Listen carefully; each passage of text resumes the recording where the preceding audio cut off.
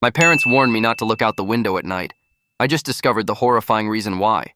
The chilling realization hit me like a wave of icy water, draining all warmth from my body. My parents had always been strict about certain rules, but their insistence on keeping the curtains tightly drawn at night had always puzzled me.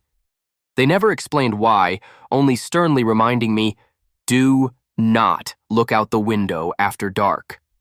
For years, I obeyed without question, assuming it was just one of their many quirks. That all changed last night. It started innocently enough. I was lying in bed, unable to sleep, the faint hum of the refrigerator downstairs the only sound in the otherwise silent house. My phone buzzed with a notification, and as I reached it, I noticed something peculiar. The curtains, usually drawn shut, had shifted slightly, revealing a sliver of the outside world. Moonlight spilled through the gap, casting an eerie glow across my room. Curiosity got the better of me, and I crept over to the window, my heart pounding in my chest. At first, I saw nothing unusual. The street below was empty, bathed in the pale light of the full moon. The houses across the street were dark, their windows like unblinking eyes staring back at me.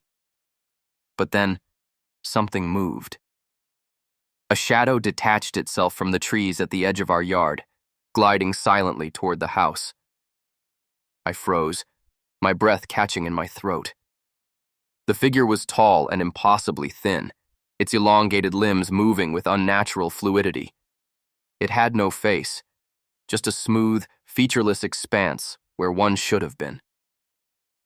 Panic surged through me, and I stumbled backward, desperately trying to close the curtains. My hands trembled as I fumbled with the fabric, but it was too late. The figure had seen me. It tilted its head slightly, as if studying me, and then it began to move toward the window. I scrambled away, my mind racing. What was this thing? Why had my parents warned me about it? As I backed into the corner of my room, I heard the faintest sound, a soft tapping on the glass. My stomach churned as I realized the figure was knocking. I wanted to scream, to run, but I was paralyzed with fear. The knocking grew louder, more insistent, until it sounded like the window might shatter. And then, just as suddenly as it had started, it stopped. I in the corner for what felt like hours, my eyes glued to the window. The curtains were still open, but the figure was gone.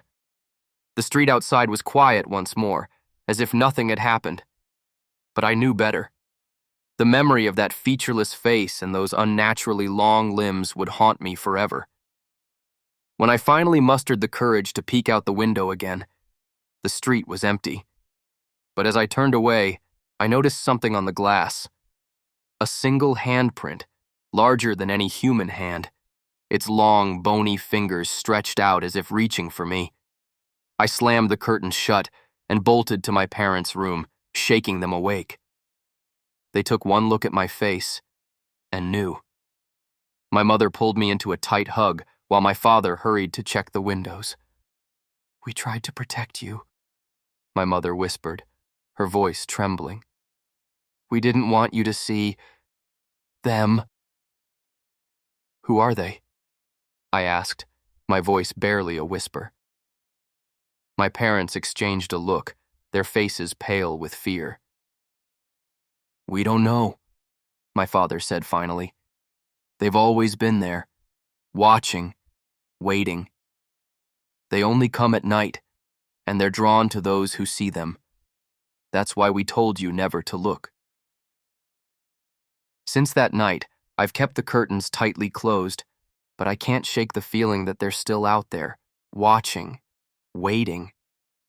Sometimes, in dead of night, I hear the softest tapping on the window, and I know they're back. I don't look.